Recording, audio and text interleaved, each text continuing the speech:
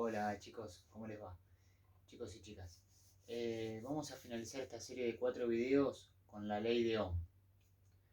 La ley de Ohm es esta que está recuadrada acá. La intensidad de corriente es igual al voltaje sobre la resistencia. Pero antes que nada vamos a tratar de entender cada uno de estos conceptos. ¿Qué es la intensidad? ¿Qué es el voltaje? ¿Y a qué se refiere la resistencia? ¿Sí? Antes de pasar ya a la fórmula en sí. Si dibujamos un circuito, ¿sí? Podemos, dentro del circuito podemos identificar cada una de sus partes. Esta sería la fuente, que tiene un voltaje, como vimos en el video anterior, ¿sí? Toda fuente en este caso es una batería, pero si fuera una batería de una pila, va a tener en cada uno de sus bornes una diferencia de potencial eléctrico y eso me va a generar un voltaje. Bien, simbolizado por esta letra B.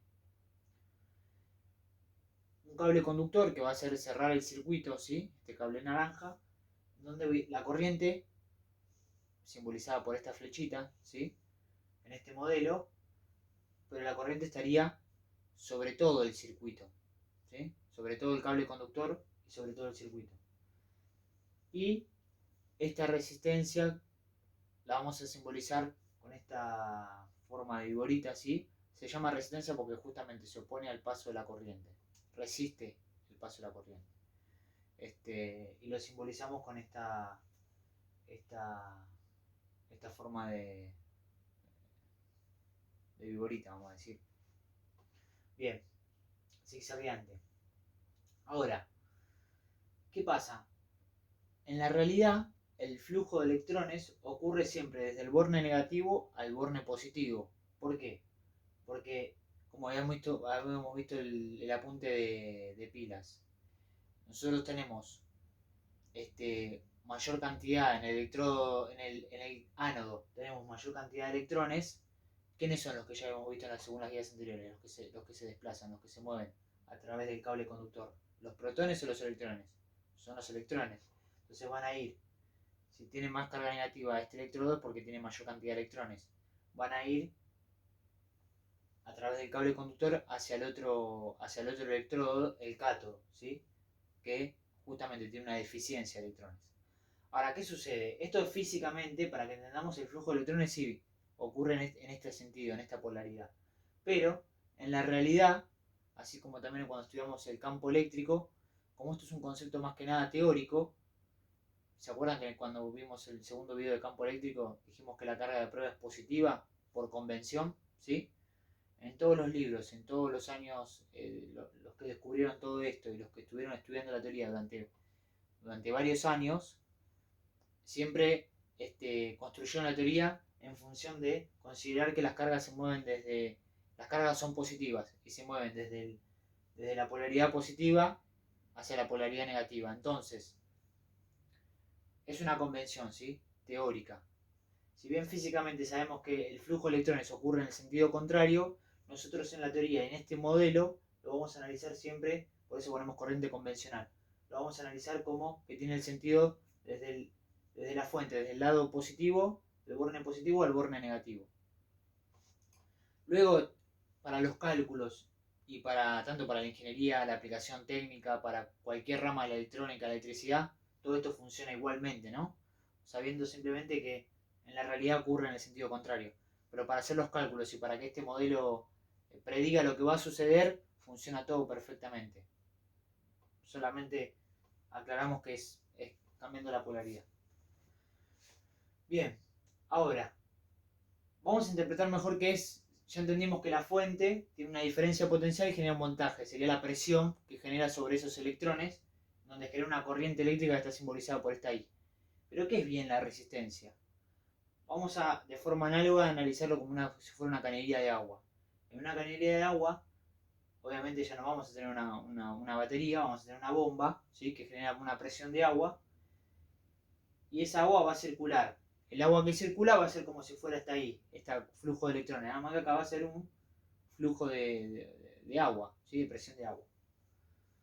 Ahora, ¿pero qué pasa si en este modelo la cañería, en una parte de la cañería cerrada, ¿sí? En este circuito cerrado de agua, tenemos como si fuera también una forma como de serpentina, o vieron cuando tenemos en el calefón o el termotanque que tenemos que la cañería sea angosta.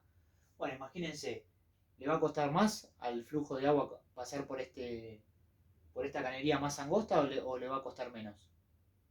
Y a la bomba le va a costar más hacer fuerza para que pase por esa cañería, porque está más angosto. Entonces, si es más angosta la cañería, si a la vez no es corto, sino que es más largo, ¿sí?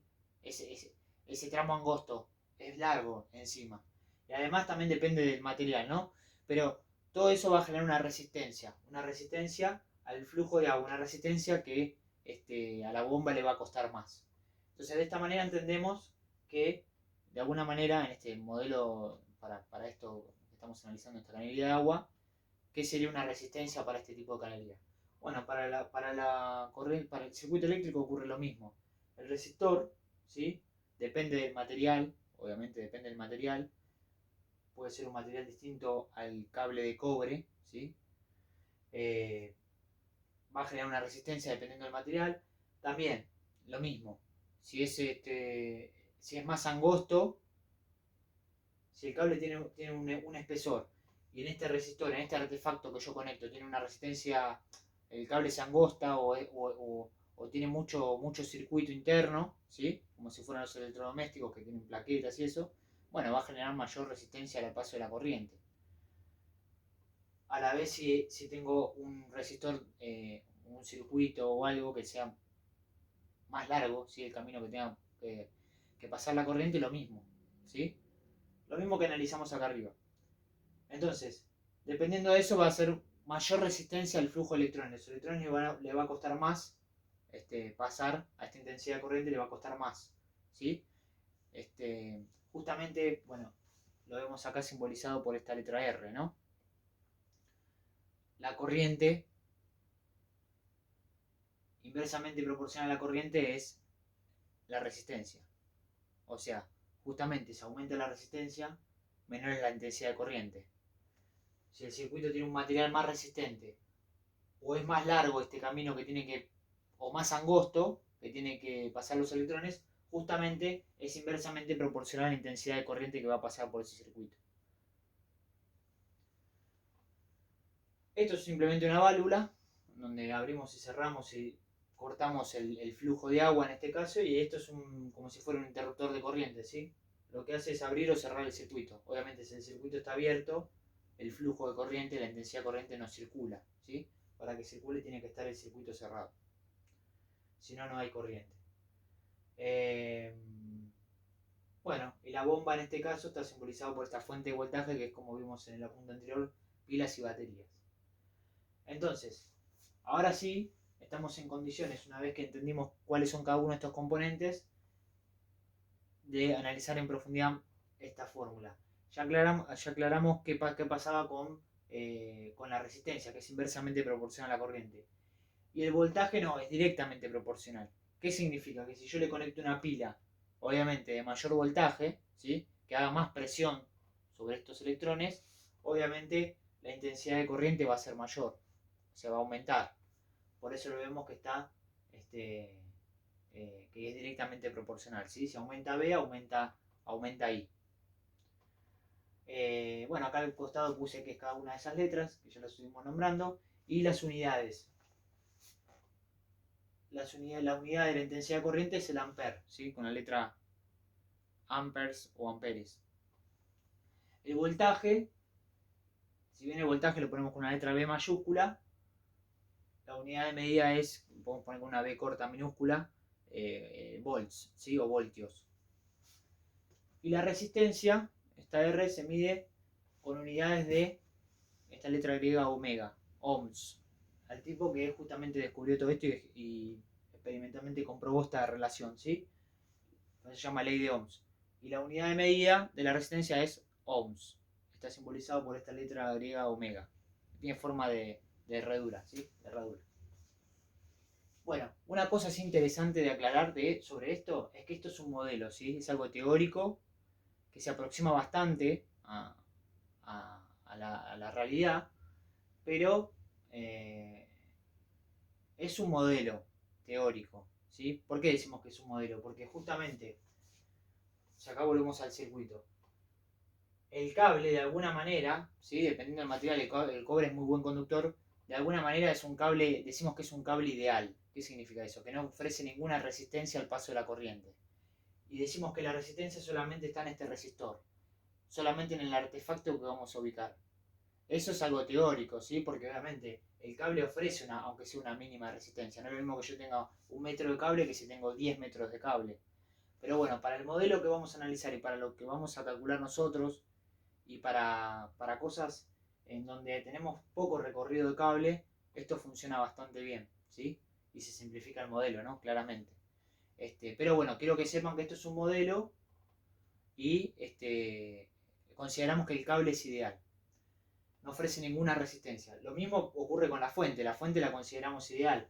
Esta B que ponemos acá, supónganse que es una pila 1,5 volts, estamos diciendo que siempre entrega 1,5 volts. No importa el recorrido del tiempo, o sea, siempre es constante.